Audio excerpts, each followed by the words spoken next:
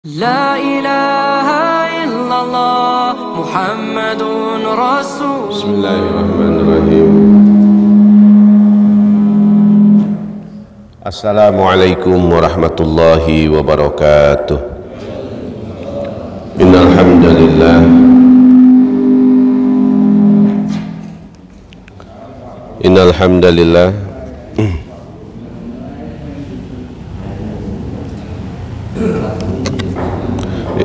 Innal hamdalillah nahmaduhu wa nasta'inuhu wa nastaghfiruh. Asyhadu an la ilaha illallah wahdahu la syarikalah wa asyhadu anna Muhammadan abduhu wa rasuluhu la nabiyya ba'dah. Allahumma salli ala Muhammad ibn Abdillah wa ala alihi wa sahbihi wa mawalah. Amma ba'du. Jamaah salat subuh yang dirahmati oleh Allah, kembali kita bersyukur kepada Allah, alhamdulillah, bahwa pada subuh hari ini kita masih dapat melangkahkan kaki untuk menuju masjidnya Allah subhanahu wa ta'ala dalam rangka taqarrub, mendekatkan diri kepada Allah subhanahu wa ta'ala. Semoga semua langkah kaki kita, upaya kita, ikhtiar kita untuk dekat dengan Allah subhanahu wa ta'ala, Allah ridhoi dan Allah terima, amin, Allahumma amin. Salawat serta salam semoga Allah senantiasa limpahkan kepada Nabi kita Muhammad sallallahu alaihi wasallam, juga keluarganya, sahabatnya, dan mudah-mudahan salat itu pun terlimpah kepada semua umatnya. Jamaah yang dirahmati oleh Allah, pada pertemuan-pertemuan yang lalu kita sudah membahas tentang bagaimana bermuamalah secara baik, ya, ihsan dalam muamalah. Jadi kita ternyata dalam kehidupan ini, ya, tidak hanya mementingkan orientasi keuntungan duniawi. Artinya dalam perspektif Imam Ghazali, ketika hidup hanya diorientasikan untuk kepentingan dunia, maka sungguh sangat merugi. Dalam muamalah harus ada ihsan, yakni bagaimana kita tidak hanya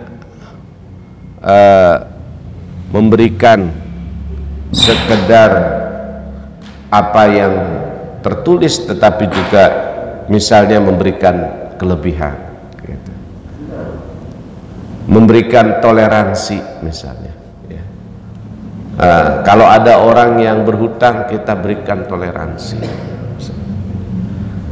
Maka ini sudah dicontohkan oleh para salafus sholih, bagaimana mereka bermuamalah, ya.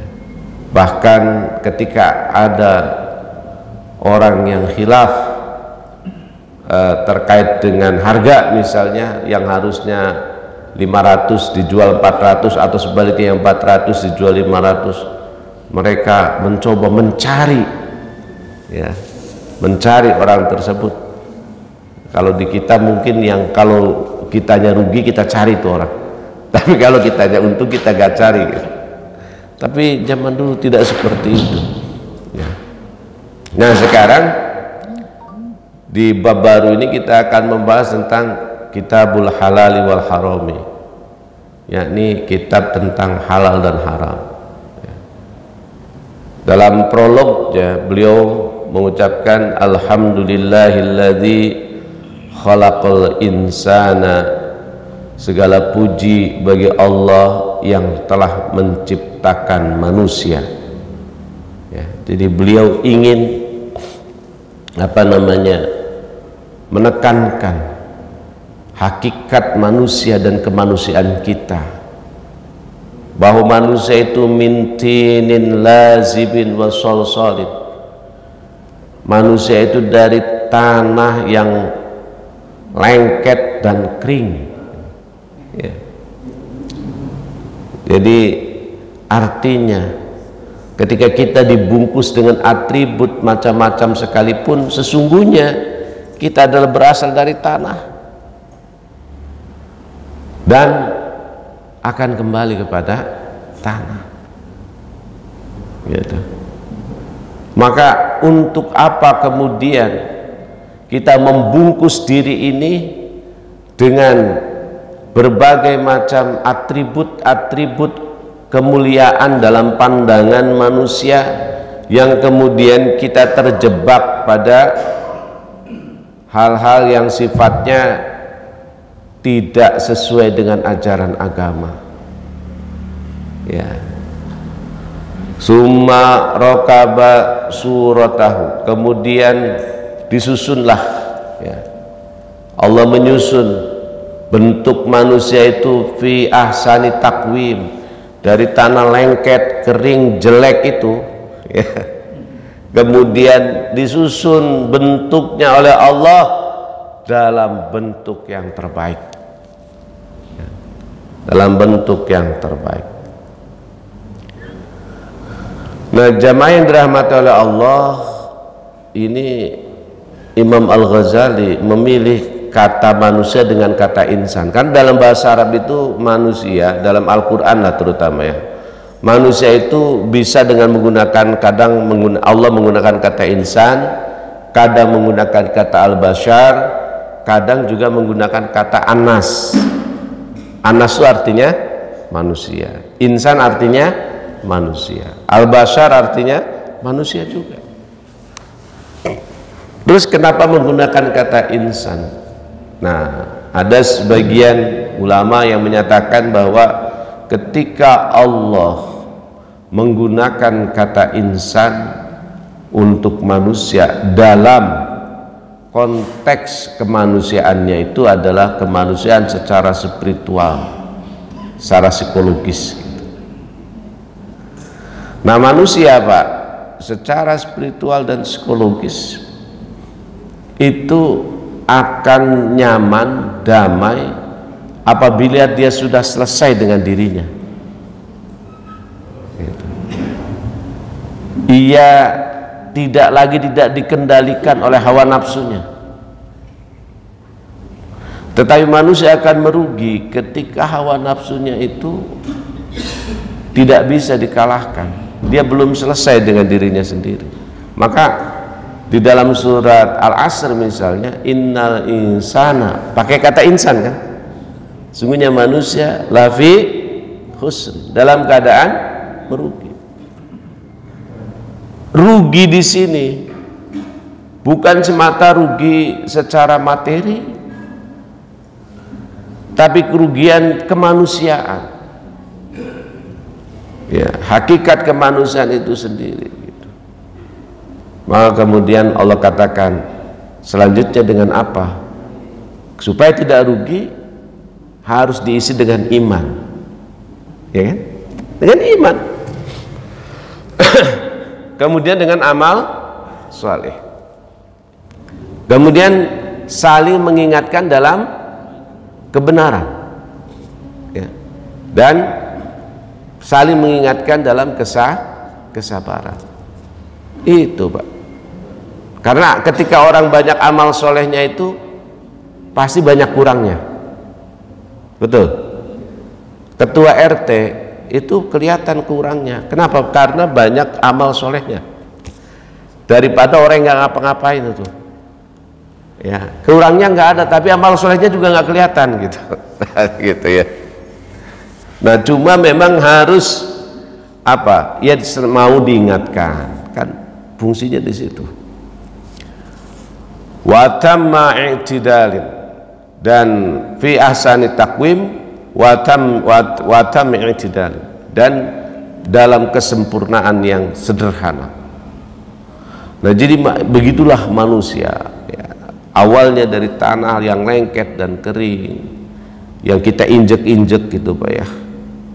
Ya, tanah itu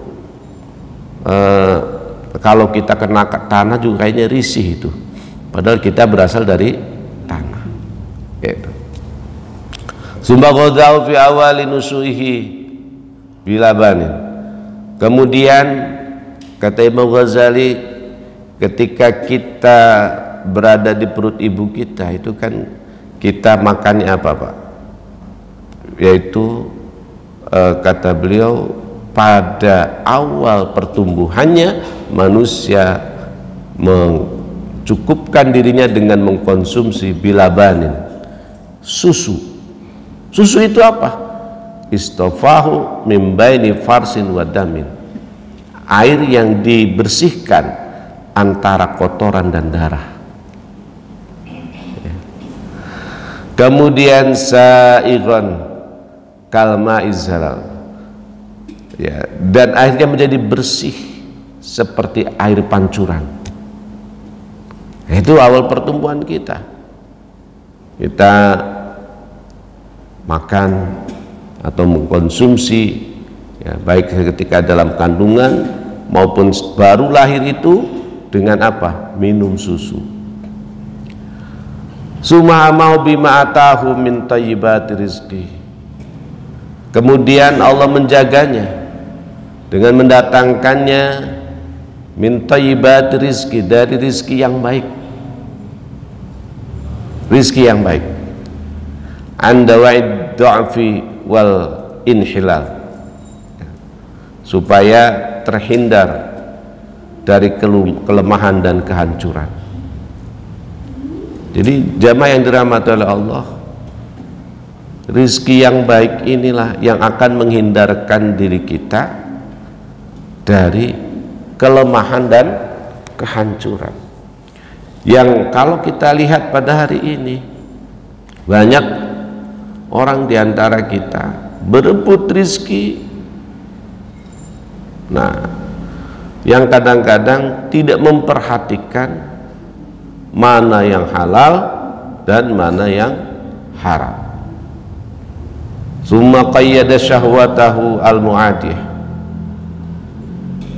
Kemudian dibatasinya syahwatnya yang berlebihan itu, anisatwah wasyal, supaya terhindar dari apa? Dari pelanggaran dan hal-hal yang tidak baik, ya. Karena ternyata syahwat manusia itu fitrahnya memang pengennya melanggar, Pak. Nah, ini yang harus kita apa? Kita lawan, kan? Jadi melawan diri sendiri, menundukkan diri sendiri, menundukkan keinginan sendiri. Dan pelanggaran itu baik yang sifatnya terang-terangan maupun sembunyi-sembunyi. Bapak suka lihat orang naik motor, lampunya merah, maju. Suka lihat, jangan Bapak sendiri yang melakukannya. Iya kan? Ini hal yang terlihat, kan, Pak? Nggak sembunyi-sembunyi ini. Kenapa? Itulah syahwat kita, pengen buru-buru misalnya, ya. Makanya watawasau bis sobri itu penting, ya. Iya. Karena apa?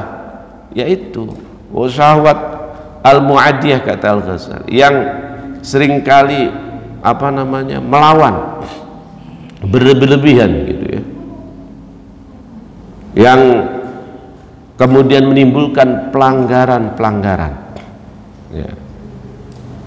Padahal awalnya kita itu dibentuk oleh Allah dalam keadaan sempurna, dalam keadaan kesederhanaan yang sempurna.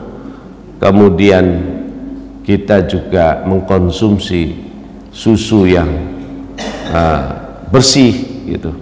Tapi kemudian kadang-kadang syahwat kita itu melakukan hal-hal yang kurang baik. Wa qahharaha bima iftaraduhu alaihi min talabil quti al halal, dan syahwat itu dipaksa, ya, harus kita paksa. Agar apa? Kita mencari kekuatan yang halal saja. Jadi kalau tidak dipaksa, Pak, maka syahwat kita itu ya pengennya yang jelek-jelek aja gitu. Iya. Pengennya menguntungkan kita saja. Orang mau bodoh amat. Orang terserah aja, yang penting kita selamat, anak kita selamat, keluarga kita selamat, yang lain terserah. Nah ini kata Al-Ghazali, yang seperti ini ya harus dipaksa, syahwat itu harus dipaksa ya. Kemudian waharau bikasriha, dan harus dihancurkan ya. Ketika dia menginginkan hal-hal yang buruk, harus kita lawan, kita hancurkan ya. Kenapa? Karena di dalam syahwat itu jundis syaiton al-munsamir lil idlal, ada sekutu-sekutu tentara setan yang mengajak pada kesesatan. Dan setan itu walaqad kana yajri min ibni adam majrad damisya, setan itu dia lewat pada aliran darah manusia, aliran darah manusia. Maka oleh karena itu ya, bagaimana kita menyempitkan gerak-gerak setan dalam diri kita itu, yang dia memang sebegitu dekat gitu. Makanya kenapa kita beribadah, supaya kita itu dekatnya dengan Allah. Jadi kalau kita itu jarang ibadah, jarang zikrullah, jarang mengingat Allah, maka kita itu jauh dari Allah. Kalau sudah jauh dari Allah, ya dekatnya dengan setan ya.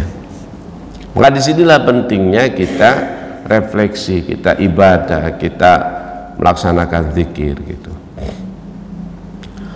Fadayyaqa alaihi izzatul halal ya, al-majr wal majar. Maka kemudian disempitkanlah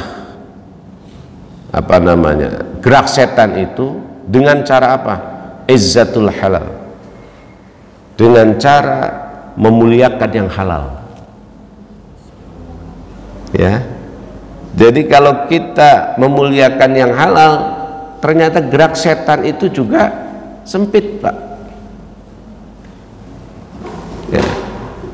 Maka oleh karena itu yang halal ini ya harus kita prioritaskan sebagai jalan kehidupan kita gitu, yang berlaku terus menerus.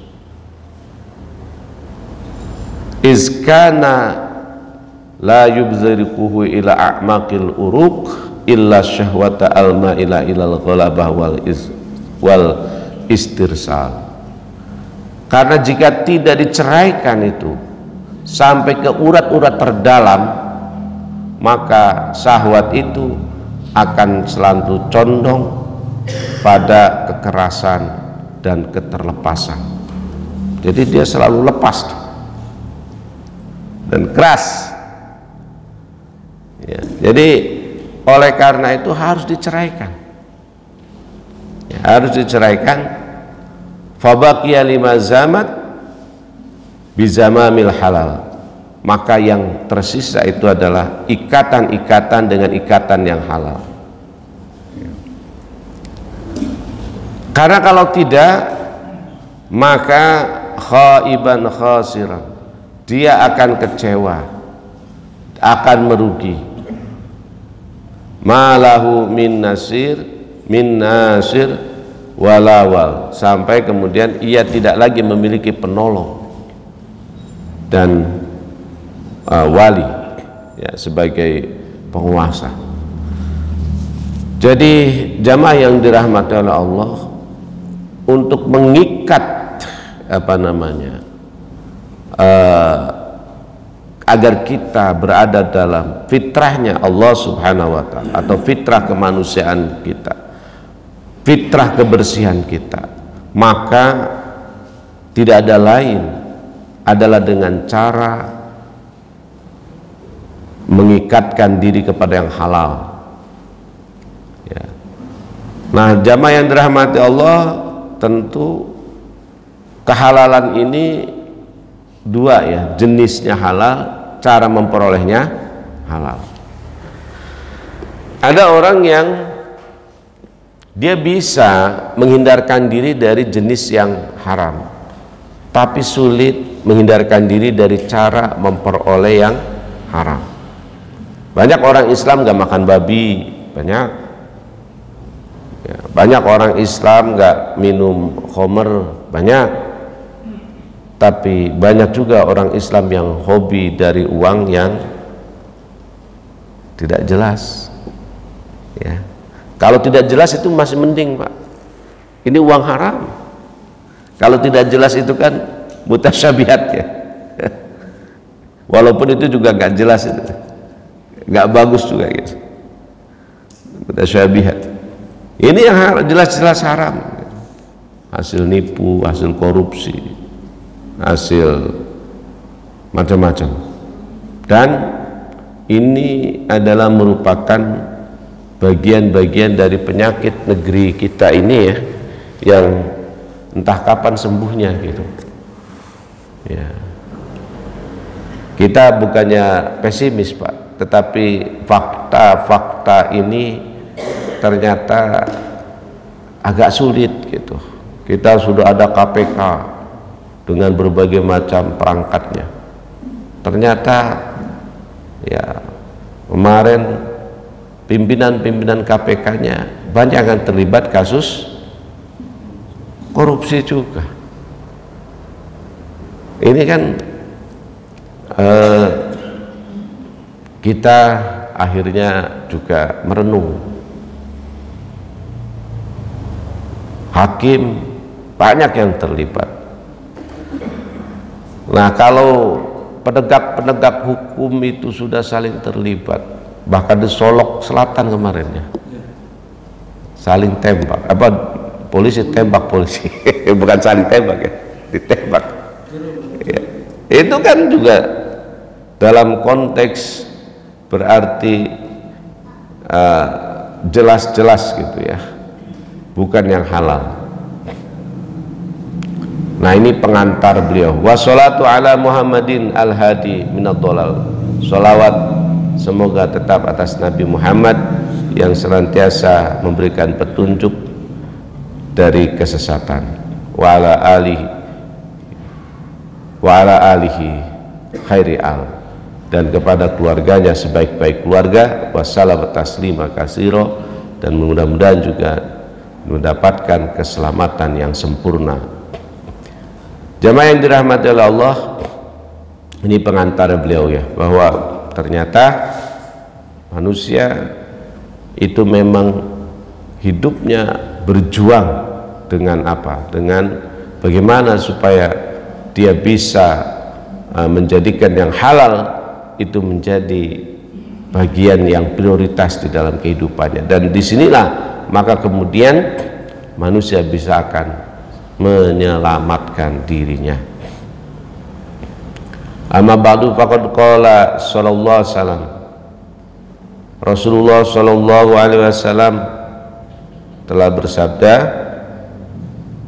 thalabul halali faridatun ala kulli muslimin.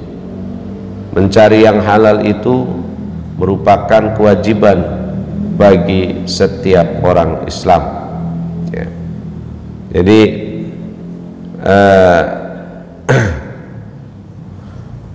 memang hadis ini ditahqiq ya, isnaduhu dhaif, sanadnya dhaif gitu. Tetapi memiliki pengertian makna yang dalam buat kita, bahwa hidup ini ya harus mencari yang halal ya. Apalagi ini bersesuaian dengan perintah Allah supaya kita hanya memakan makanan yang halal gitu. Rawahu Ibnu Mas'ud radhiyallahu anhu Wa hadhihi li faridati min baini sa'iril faraid, dan ini adalah merupakan keparduan dari seluruh keparduan. Yang keparduan ini, nah ini kata Imam Ghazali, aqsaha 'alal uquli fahman. Jadi ternyata Pak, akal itu sulit menerima keparduan kewajiban mencari yang halal. Akal itu pengennya apa? Yang penting ada deh. Yang penting banyak, yang penting kumpul hartanya. Itu akal kita ternyata.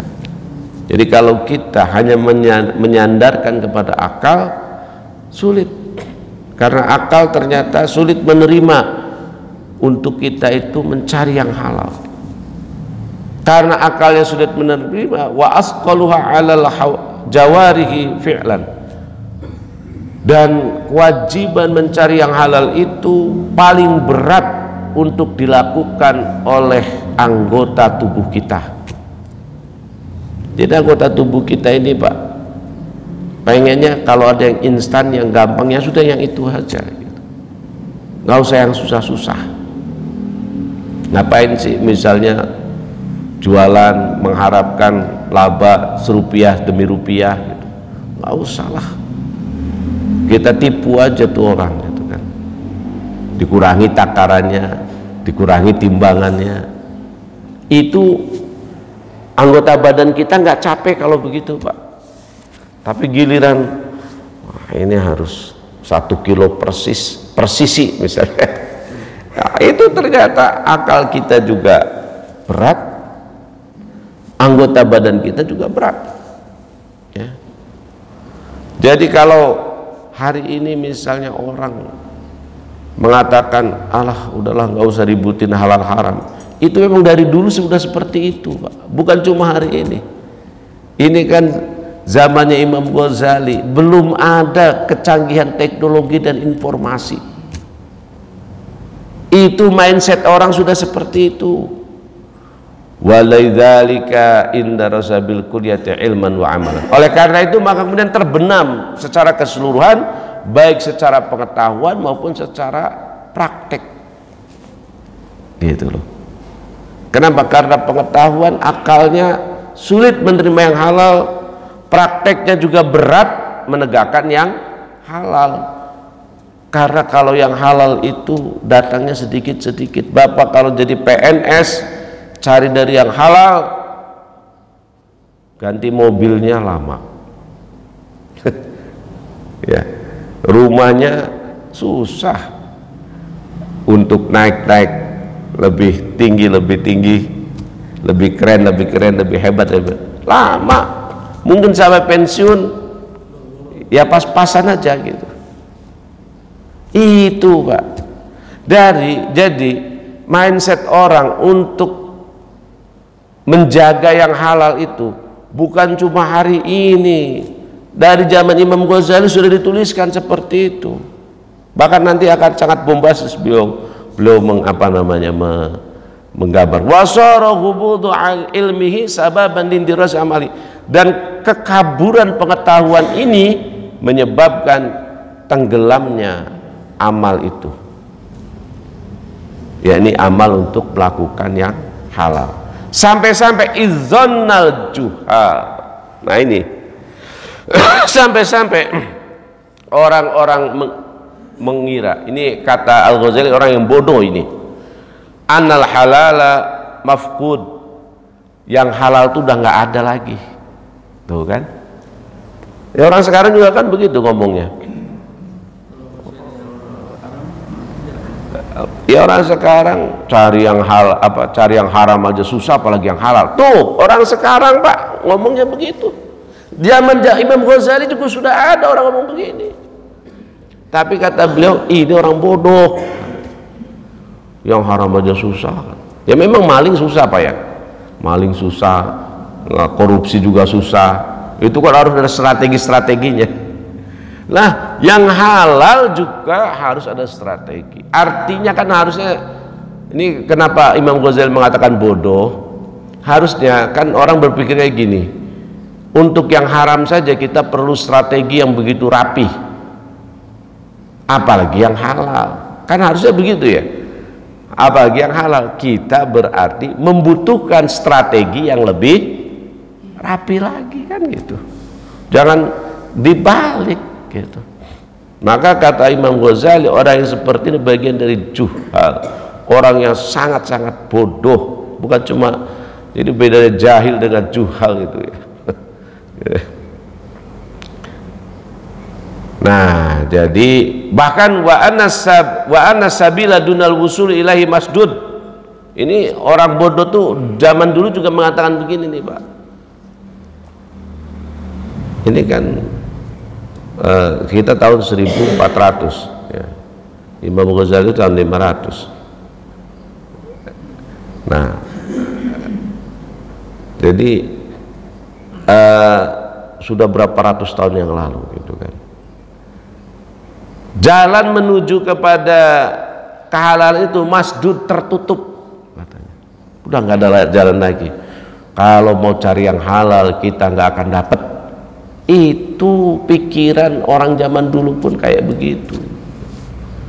Jadi artinya apa? Ya mindset seperti ini harus kita lawan, bahwa yang halal itu masih banyak, yang halal itu terbuka lebar. Yang penting kita mau dan berazam untuk mencarinya dan mendapatkannya. Gitu.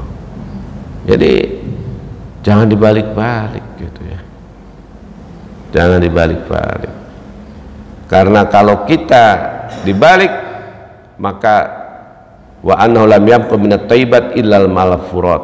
Sehingga akhirnya kata Imam Ghazali, orang yang berpikiran begini nggak ada lagi yang baik kecuali rumput yang di al-furat ya.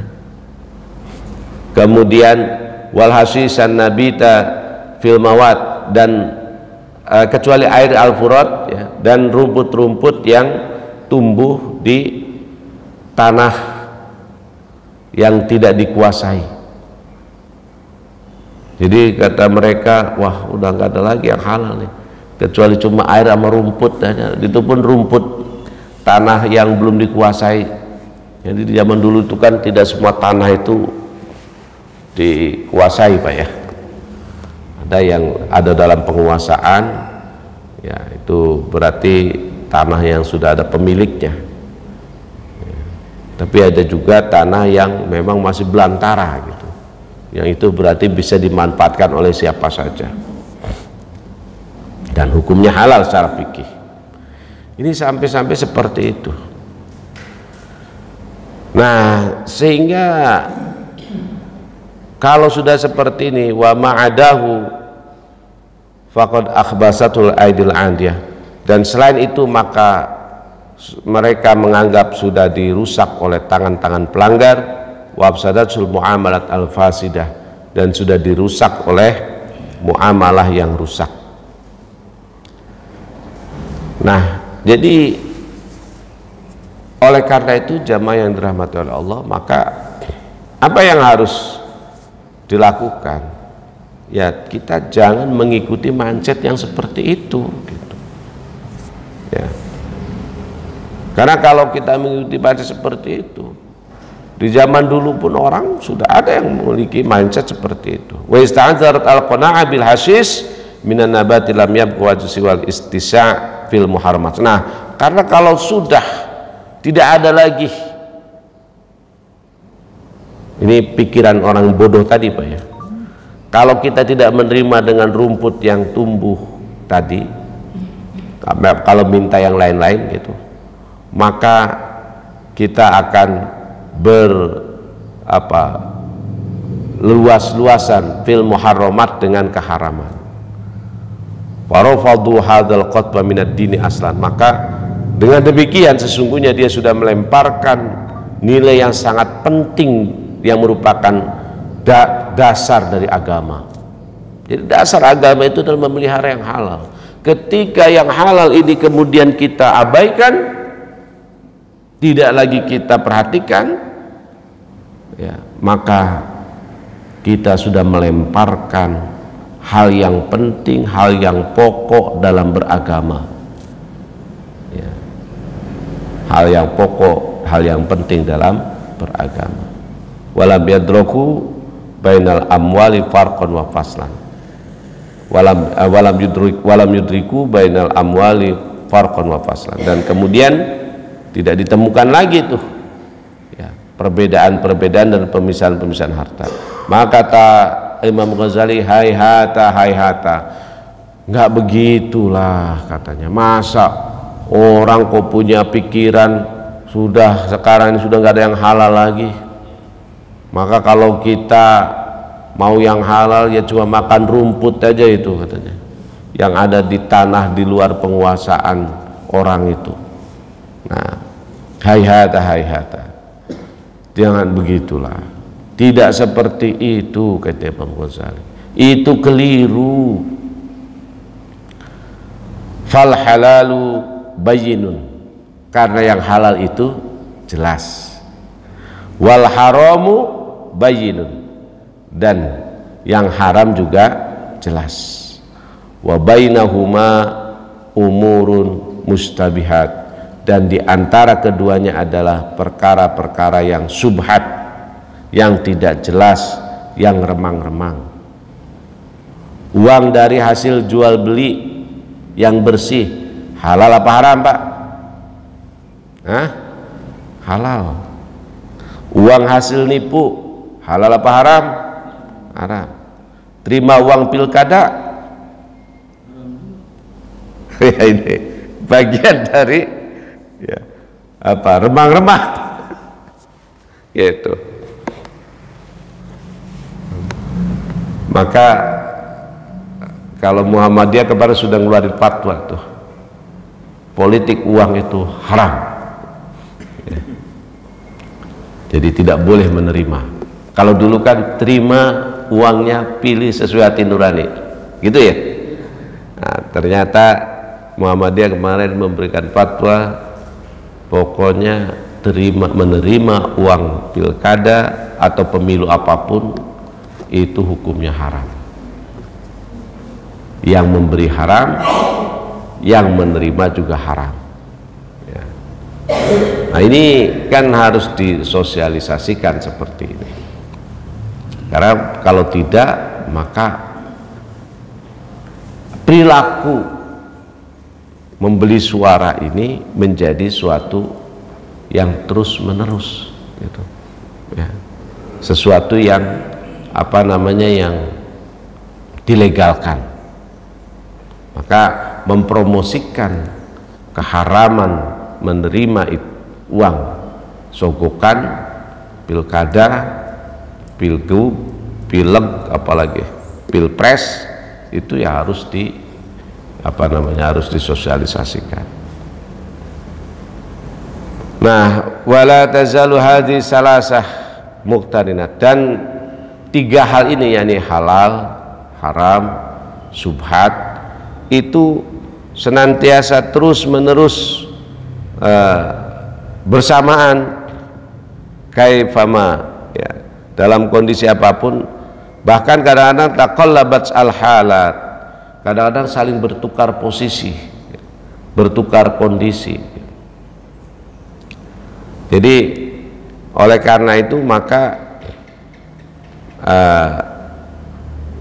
poinnya ya, kita harus melihat secara jernih gitu, ini halal apa haram.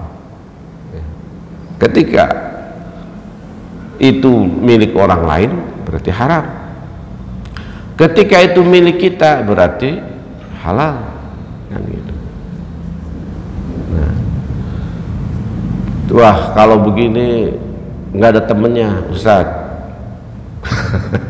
nggak ada rombongannya, nggak ada apa namanya pasukannya, ini pasukannya semua misalnya tidak mempedulikan yang halal dan yang haram, yaitu kemauan kita, keinginan kita untuk berjihad, kan gitu ya. Jadi ternyata ya kan tadi, kalau mencari yang halal itu merupakan satu kefarduan, yang kefarduan ini sulit diterima akal, kata Al-Ghazali, dan sangat berat dijalankan oleh anggota tubuh kita, maka di situ kan berarti ada jihad, ya Pak ya.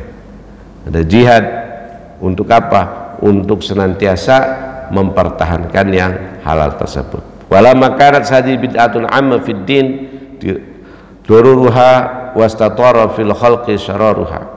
Maka kemudian ketika tadi ya, yang tiga hal tadi, halal, haram, subhat, itu menjadi satu bid'ah yang umum dalam agama yang nanti akan merusak, dan juga dalam makhluk yang akan menjadi buruk karenanya. Wajibah, maka wajib apa itu? Kasful ghita, membuka tutup ya al-halat anfasadiha, dari kerusakan-kerusakan tersebut, bil irsyadi ila madrakil farqi bainal harami was subhat, dengan cara memberikan petunjuk supaya bisa membedakan antara yang halal, yang haram, dan yang subhat, ala wajhi tahqiq wal bayan, ya, dengan penjelasan yang sebenarnya dan sejelas-jelasnya. Jadi dalam konteks inilah maka kitab halal wal haram ini dikupas oleh Imam Ghazali supaya apa? Supaya tadi kasful ghita, membuka tutup dari kerusakan anfasad, supaya orang bisa mengetahui secara jelas dan pasti mana itu yang halal, mana itu yang haram, dan mana itu yang subhat. Kadang-kadang misalnya tim sukses datang ke Ustadz Amin, Pak Ustadz, ini uang, ini bukan uang sogokan, ini sedekah. Tapi tim sukses yang ngasih, tapi namanya sedekah, dibilang. Apa itu Pak? Dibilang sedekah dari tim sukses, dibilang sogok, dia bilangnya sedekah. Ini kan yang begini jadi tidak jelas gitu ya. Maka oleh karena itu harus dijelaskan supaya apa? Supaya terungkap itu mana yang halal dan mana yang haram, sehingga akhirnya apa? Wala yukhrijuhu tadyiq an hizil imkan, dan dengan demikian maka tidak ada penyempitan untuk memungkinkan ya, membeda-bedakan antara halal, haram, dan subhat. Nah, jamaah yang dirahmati oleh Allah, kemudian ini baru pengantar, prolog ya. Nanti ada 7 bab tentang halal dan haram ini. Jadi kalau kita bahasnya secara sepintas, 7 bab itu 7 bulan. Kalau sepintas, kalau lebih detail, 1 bab itu mungkin bisa berbulan-bulan gitu. Ya, kita sedang sajalah, tidak terlalu cepat, tidak juga terlalu lambat ya. Jadi ada bab pertama itu fadilah mencari yang halal dan mencela yang haram ya, serta derajat halal dan haram.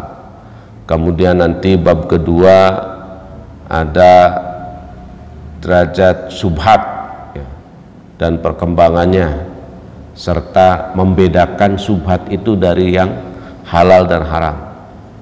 Bab 3 fil bahs wa su'al wal hujum wal ihmal wa mazal fil halal wal haram ya, membahas tentang pertanyaan, penuh perhatian, bahkan pengabaian terhadap halal dan haram. Bab 4 fi kaifiyati khuruji taib anil mazalimil maliyah, cara bertaubatnya orang yang keluar dari kezoliman harta. Ya, gimana tuh cara taubatnya? Misalnya udah tua gitu ya, bukan udah tua deh, karena yang tua belum tentu taubat juga ya. Sudah sadar gitu ya, sadarnya entah muda entah tua kan gitu. Waduh, ternyata uang yang ada ini dari yang haram semua ini banyakannya. Bagaimana cara taubatnya? Itu dibahas. Kemudian fidrorati salatin wasilatu wasilatin yahilu min wa ma yuharrim. Dan bagaimana berhubungan dengan para penguasa, hubungannya dengan para penguasa itu. Kemudian yang halal dan yang haramnya seperti apa. Kemudian bab yang ke-6 itu fiduhuli ala salatin wa mukhalatu, masuk ke pemerintahan dan bergaul dengan mereka. Bagaimana caranya ya, tapi jangan juga misalnya kita menyatakan saya tidak akan pernah masuk pemerintahan, terus akhirnya masuk pemerintahan. Nah, itu yang begitu gak konsisten. Kemudian yang bab terakhir adalah tentang masalah-masalah yang bermacam-macam. Nah, jamaah yang dirahmati Allah, ini sudah suruk ya. Karena sudah suruk, ya kita akhiri saja. Kalau ada yang mau ditanyakan, monggo. Ada Pak? Komentar, pertanyaan, atau apalah. Kalau nggak ada ditutup ini. Gimana Pak Edi? Silakan. Cukup.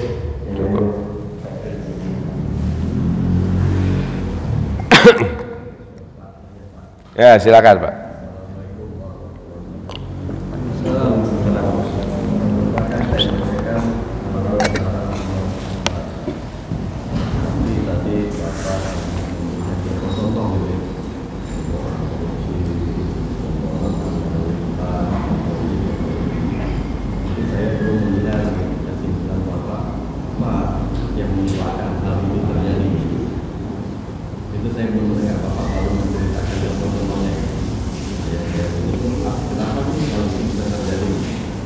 Kalau kita lebih jauh, saya membaca, kita cek di Google ya Pak ya, itu kalau kita bicara korupsi Pak, yang paling rendah itu negaranya bukan negara Muslim.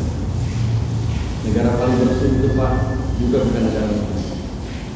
Jadi hampir kalau kita bicara indikator kebaikan di dunia ini, kalau yang tadi Bapak sebutkan, tidak satu pun ranking atas itu ditempati oleh negara-negara itu.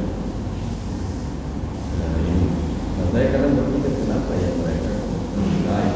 Padahal hanya ya itu mereka ada yang tidaklah ada begitu. Tapi kalau perilaku masyarakatnya juga mereka lebih baik.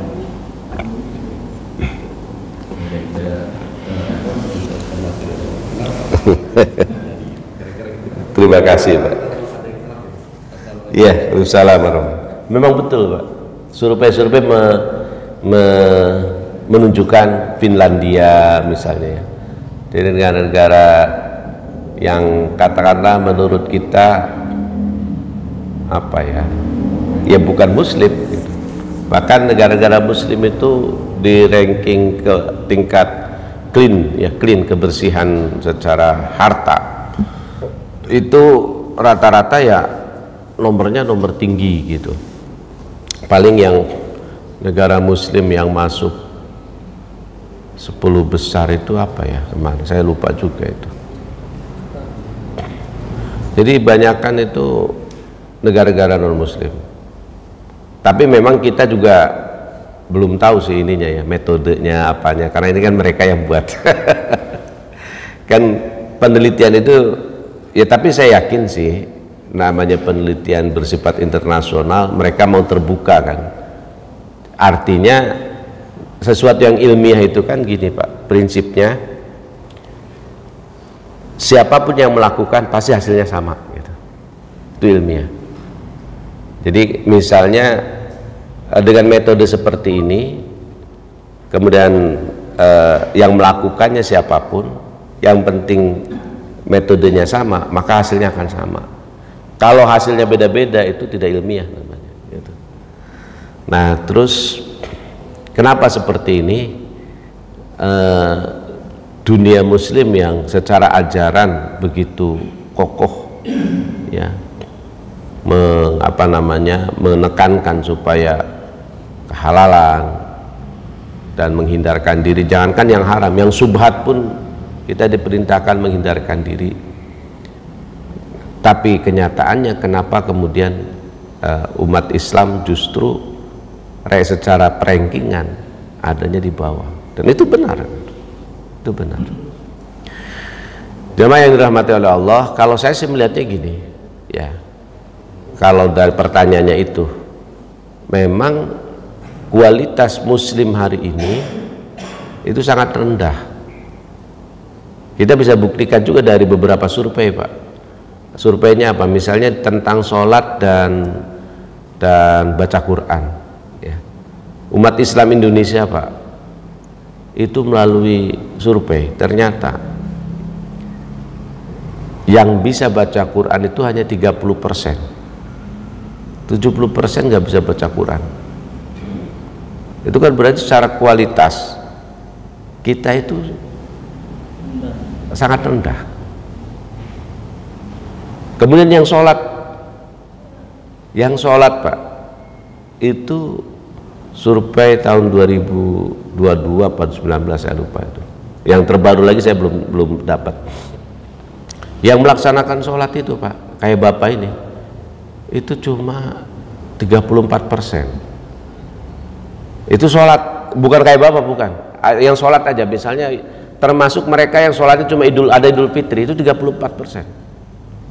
Nah kalau yang 5 waktu tapi masih jarang-jarang, masih bolong-bolong gitu, itu di bawahnya lagi. Nah yang 5 waktu persis,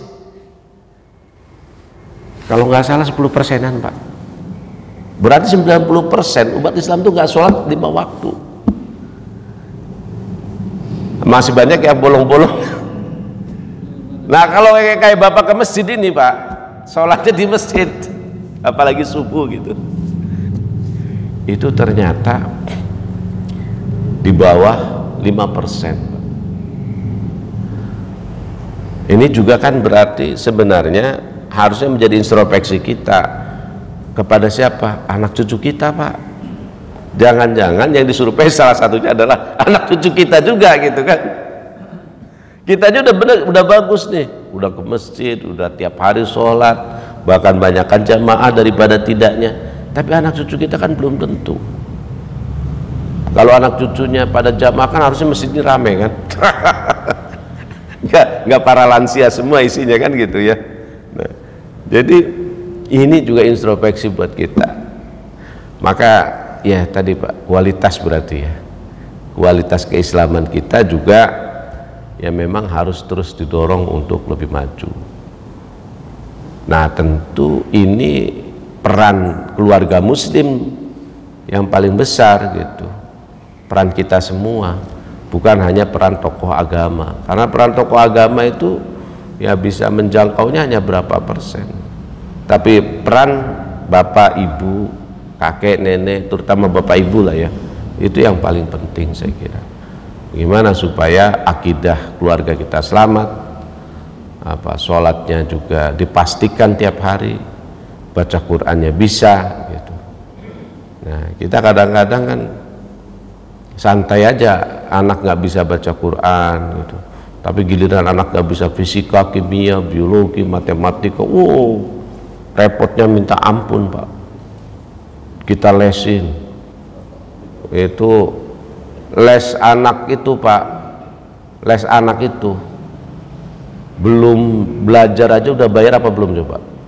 Udah belum? Udah daftar nih, bayar Pak.